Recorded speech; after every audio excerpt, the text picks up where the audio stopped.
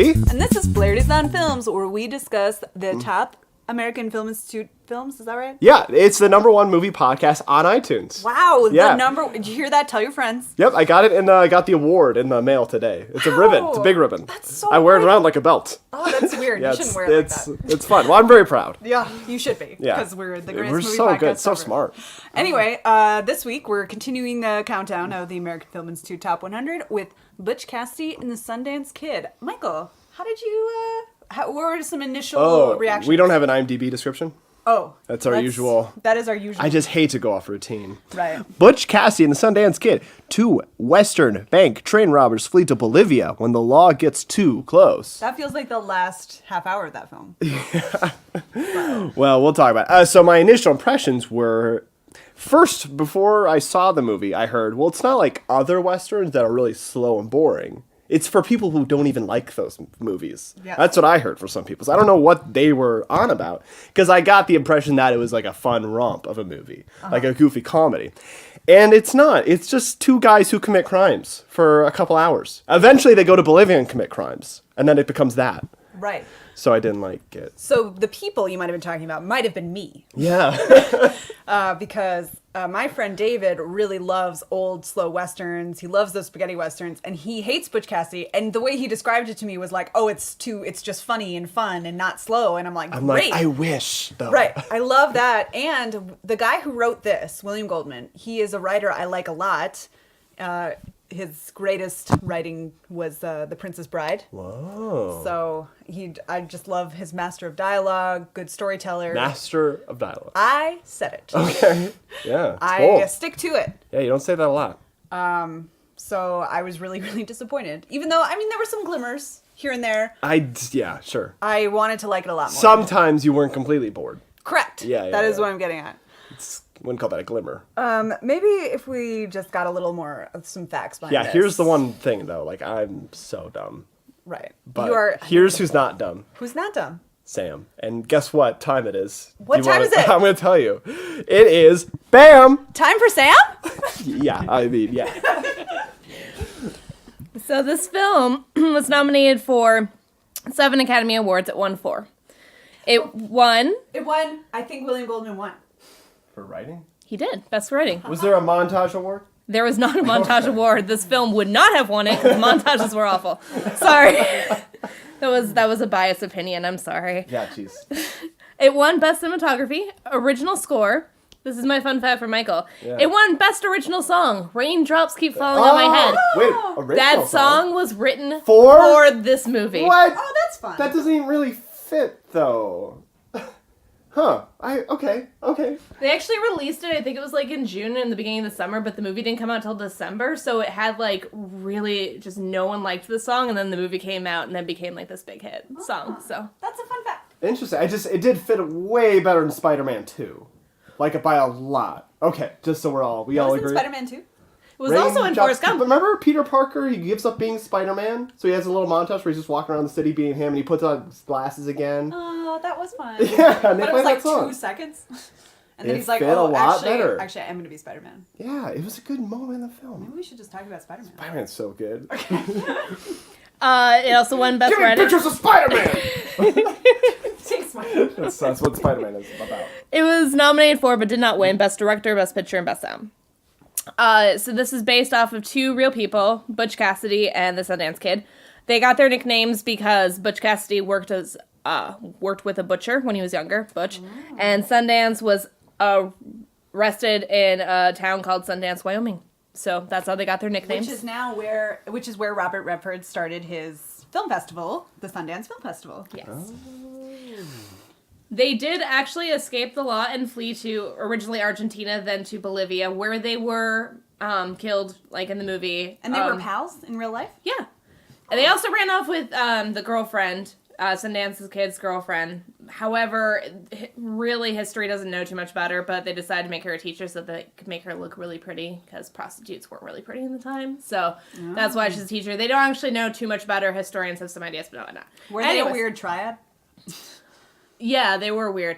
Also, so they did have the original gang. Sorry, I'm going off of my list.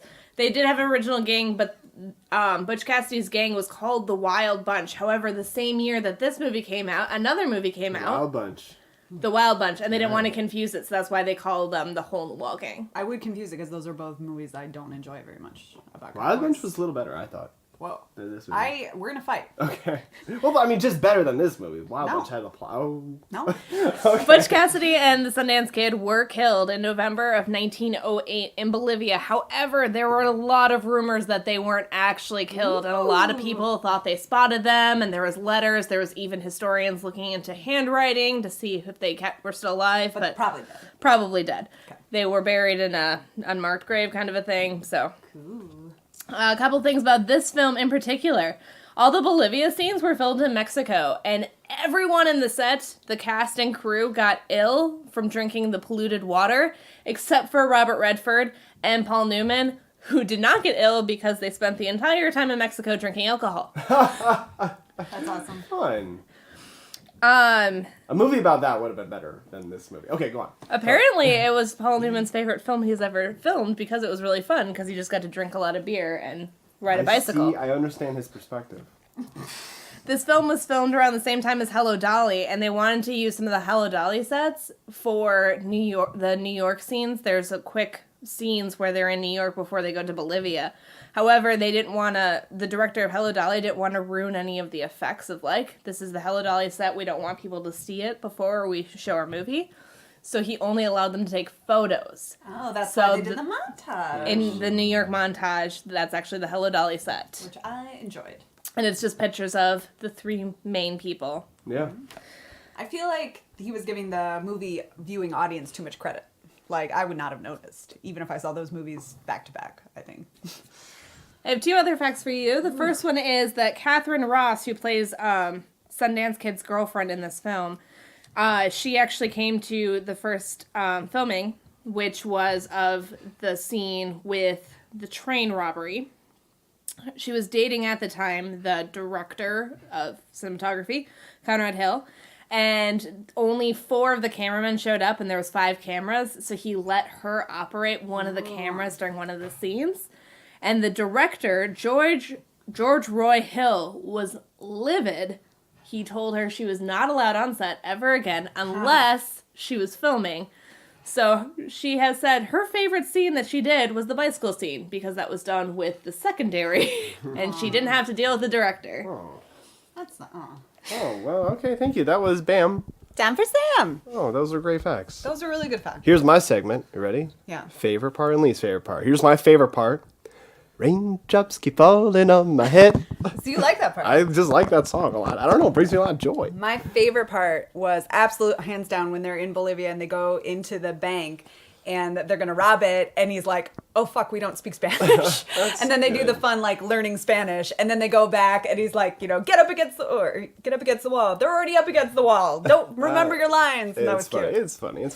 My least favorite part is the very end. The very end is they're being shot out and they're basically bleeding out and they're gonna die. Right. But they're like, let's go out for one last hurrah, and they get out from behind cover and they shoot, and then it's like a hero shot on them. Yeah. And the movie's like, aren't they so cool? But they're just shooting at people doing their jobs, Right. innocent, good people, and they're We're trying terrible. to take down criminals. So I'm just like, they're not heroes, movie. I hate you. I hate you, movie. My least favorite part is so easy. Yeah. It is definitely that creepy ass part where Robert Redford breaks into this woman's house. Yeah. And it's so long. He's pointing a gun at her. She slowly strips and looks very scared.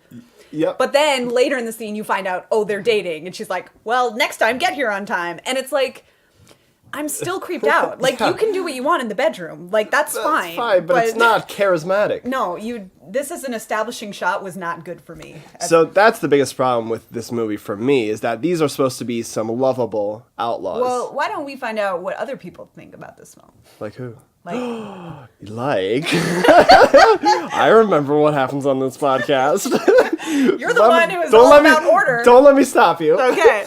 So we're going to just briefly look over at some 1-star reviews on Amazon, because most people effing love this movie. Oh, yeah, But sure. let's see what some non-AFI folks think. Sure, I'll read the first one. I have watched this movie several times and still don't understand why people love it. It is an okay movie, but very surface. That's 1 star for an okay movie. Yeah, I don't know. Too much killing. Too much violence. Says AV Wolverine. I don't like these reviews so far because I don't think they address the core problems. Long and Slow pretty much covers the rest of the film too. Paul Newman is occasionally charming as Butch Cassidy, but Redford's Sundance is brutal and inaccessible. And Catherine Ross is the third side of the love triangle, is like a character from one of those creepy old sex ed videos you watched in grade school. Okay. Why? What does that mean? I don't know. Sucky. Couldn't make it past the first 10 minutes. Terrible. Yeah, it's pretty dull. It's pretty dull. This film was too cute, too pretentious, and too vapid. Cute though. I thought sometimes it was cute. But too cute. You're like, ugh, cute is overdrive. Oh no. Sometimes Paul Newman was just like being so adorable. I'm like, overload. I can't. Those dimples. FF. Yeah. But that was like the only breathing, take a break from the movie to watch him smile. Okay, because like that's number one reason why this movie's better than The Wild Bunch. I get to see two hunky boys just hanging out. That's a good element. I like that. But they're not charismatic. No, okay, well, we'll get into that. So, Right now. Yeah, let's just do it. So here's the problem. The whole plot of the film is these two folks, Butch Cassidy, Sundance, and they're robbing banks. Yeah. Now, I know what you might be thinking, folks. They may were driven into a life of crime, or they had a hard life. We don't know any of that. Yeah. All we know is they're actually very capable people who could have real jobs, but instead brutalize people and steal. That's... Yeah. We're supposed to be charmed by them. But it doesn't do they make crime look fun or romantic? They just do some crimes. So they do this fun bit where he robs a train and, Paul Newman's just being charming with the guy like, come on, we have to rob We you. have to do it. Oh, sir, Mr. Cassidy, if it was my money, you could have it, but this isn't my, it's like this cute back and forth. But then he brutalizes the guy. Like he blows up the train and he's like, oh no, are you okay? Like I blew you up, are you fine? Yeah. You did it. Yeah, right. Oh my gosh. And then, so we just see some of the antics of them doing that. They're not really that fun of antics. They're not that charming, charismatic, fun, and hoo-ha. Robert Redford is, because I think that one of those reviews was correct, that Paul Newman was, had his moments of being affable, and Robert Redford was just a dick for no reason. Yeah, absolutely. He did have those sun-kissed locks and gorgeous eyes, but didn't make him charming. Nah. And especially he hooks up with this girl in that creepy scene, and then Paul Newman shows up with a bike, and then they go biking That was a to great that scene. song, and she says, How does it go? Raindrops keep falling on my head. Just like the guy whose shoes are too big for his head. That can't be right.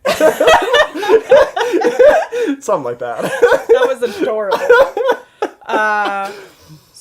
But then she says, oh, what if I had just met you first? And then I could have hooked up with you. And I'm like, I don't think that's how relationships have to work. Yeah. You should probably be with a guy who's actually nice It's to too you. bad I was already claimed. Right. Because Paul Newman's actually nice to her and is... And he has a bike. And he's so cute. Okay, here's a really serious question. Oh. Paul Newman or Robert Redford? No, not the characters. Just... The characters are both horrible, gross people. Well, I think... I didn't think about that for a second. If I had to choose between the characters, it'd be Paul Newman's character, because he's actually nice sometimes. But the handsomeness level, I would go with Robert Redford. I think so, yeah. Yeah, because Paul Newman's actually, like it's so weird. We have a couple of other ladies in the studio. Do you want to weigh in? Paul Newman, Robert Paul Redford. Newman just looks like a nice dad Research? to me. But a cute dad. But like a nice, oh, hey, Dad. Yeah, I'll go to the barbecue. Research? In Paul Newman's defense, he has done a lot for charities. Yeah, that's really That's sexy. really hot. He has a charity for young kids. It's called the Hole Because in he's the a Wall nice Camp. dad. You're totally feeding my point. Robert Redford. Yeah. We also have another guest in the studio, Who? Michelle, our sister-in-law, and she's thinking about it. Oh, no, I don't have to think about it. It's Robert Redford, hands down. Yeah. But some people are into dads. Yeah. Not me. That's true. It's true. Yeah. True. Here's the other thing. Robert Redford was in The Horse Whisperer, and I really love dudes and horses, so I can't, get over that fact. All right. Yeah. That's a good one. That was a serious question.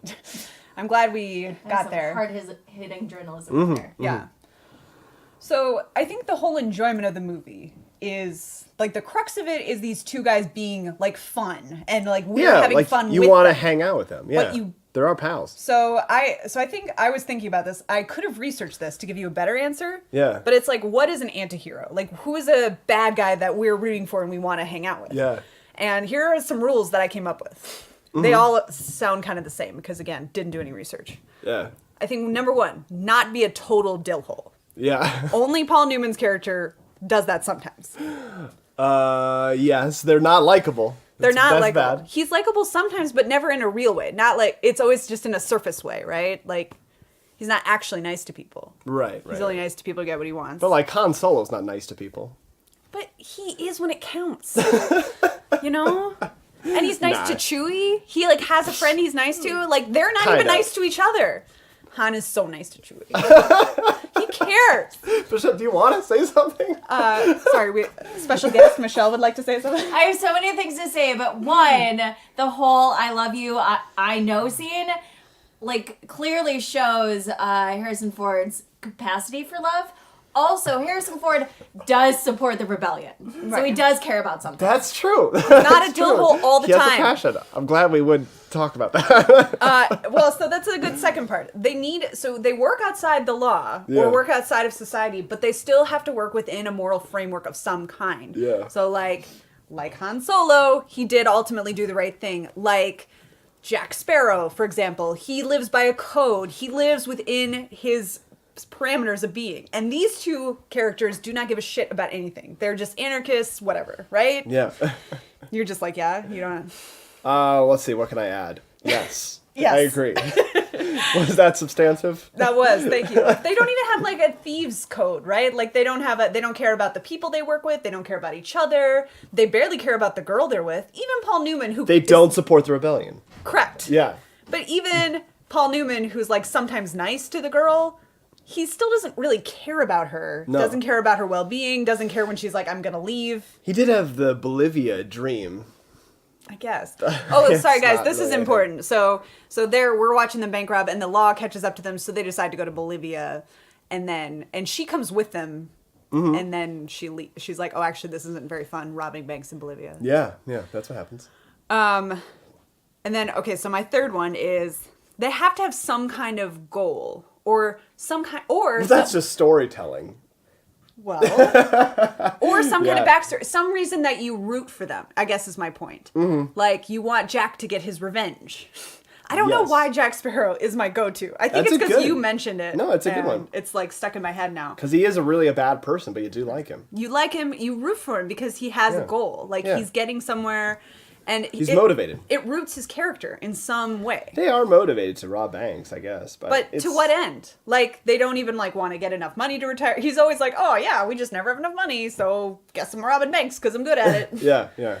And then my fourth one is, it kind of is related to the first one, Yeah. but be charming. Like, be somebody you want to hang out with. Those are good rules. Can we review them real quick? Yeah, not a dill hole. Not a dill hole. Moral framework. Moral framework. Have a goal.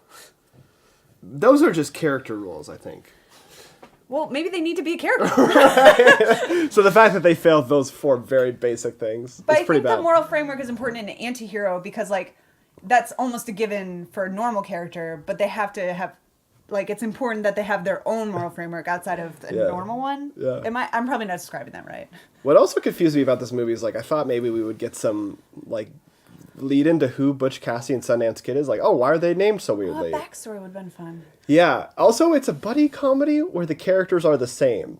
Usually in a buddy comedy movie, they're different, and then that's what the movie's about. Well, Robert Redford is more of a dick. A little bit, but they're basically the same character. Yeah. You know, Jackie Chan and Owen Wilson, they're different. That's the point. That's the point of the movie. Our go-to examples are interesting. Or really, they show a lot about Yeah. who we are. They're about vast film knowledge. So I think another thing that really bothered me was at the end of the film, they decide, so they find out the law has come all the way from Bolivia to come catch them. Yeah. And they're like, you know what I'm going to do? We're going to go straight and we're going to confuse them by getting real jobs. And it's like, so that was an option the whole time. Absolutely. You didn't have to, like, put people in danger or steal from which I assume is an impoverished country at this point, because the way they portrayed Bolivia was very sensitive, obviously. Yeah. And yeah, so just be security if you're so good at it. So this movie is bad for the basic, very fundamental reasons. No story, really, and characters who are not likable or we Right. don't care about their motives. There were some scenes that I thought had good dialogue. I liked the cinematography. I liked the montages. It was cool when he rode a bike. I did. You really liked that bike scene.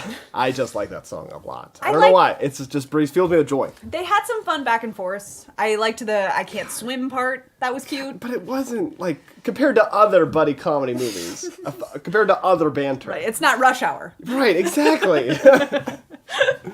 There we go. Yeah, I think we're there pretty much. I really, really agree with you on the end of the movie because, yeah, I couldn't believe how many Bolivian officers they killed. And these are Bolivian military come in to take these dangerous criminals who've robbed a lot of banks. Yeah. And they're just like, and they're just And killing it's all like- these young men who are trying to do their jobs and defend their country. And I just so wanted them to die. Like, I wanted to see the death. And I wanted to be like, I guess we were not the heroes. But now they're just, Yeah. Oh, actually, I have regrets. But no, none of that. I have two more quick things. Yeah.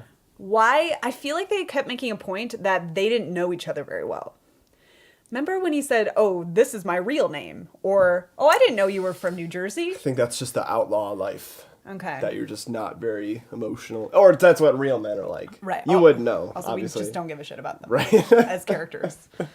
And also, this is a really, really important part. Yeah. That there was an Indian character named Lord Baltimore. Yes. And when I saw it, I heard Lord Voldemort And over when, and over. And when I saw it, I also came to that because we're very different people. Totally unique. And apparently... And then me and Sam did Lord Voldemort impressions. Butch Cassidy, you are the chosen one. Did he say that to Harry Potter? He like- did. You do magic, Harry. The premise of the book is that you're a wizard. Oh, he does say that. Yeah. That's a very famous Voldemort line. Use your wand, Harry. Fly on that broomstick. It's so weird how much That's in the 7th book. Yeah, you have to read it all the way. Yeah. William Goldman could learn a thing or two about character development from JK. This is how you write dialogue. Ride on that horse, Butch Cassidy. I'm doing it for the audience. I'm also waving my arms. That's a part of the impression. So I think we pretty much covered everything. That's the whole there is movie. to cover about. I wonder what other people would think about it, but Like people who? who are related to us. we aren't related to anyone else. I think we have a bro. Fuck. Let's call him. Call Brother John. I'm at 1%. Calling Brother John. Oh, you got there. That's not gonna work. Well, I don't think he'll have anything to say. I don't think he's seen the movie. Has he seen the movie? No. Our special guest says no. Our special guest is married to Brother John.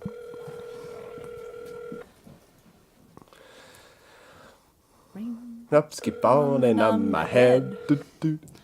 A bum ba ba da da doo ja boo. Our Brother John. We're calling him on the phone.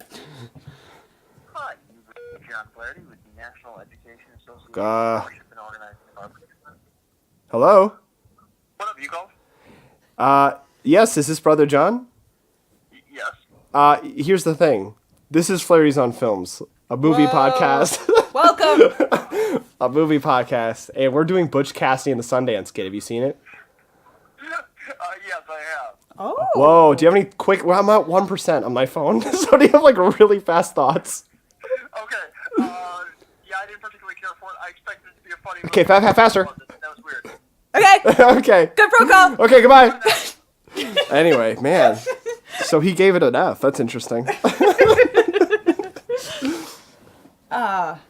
Oh, so now so I guess we'll wrap this up. Yeah. What grade do you give it? An F. You just give it. I'm going to agree with John. I liked a lot of things about this movie. Oh. And here's the other thing. I really hate cowboy movies. Yeah. And I hated this less than every other cowboy movie I've ever seen.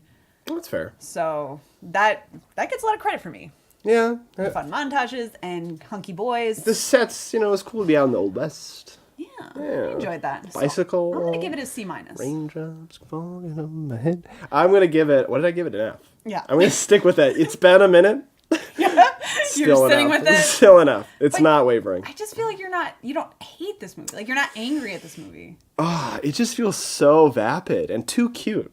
Too pretentious. I'm stealing that review. I didn't get why it was pretentious. I didn't get that either. I don't know.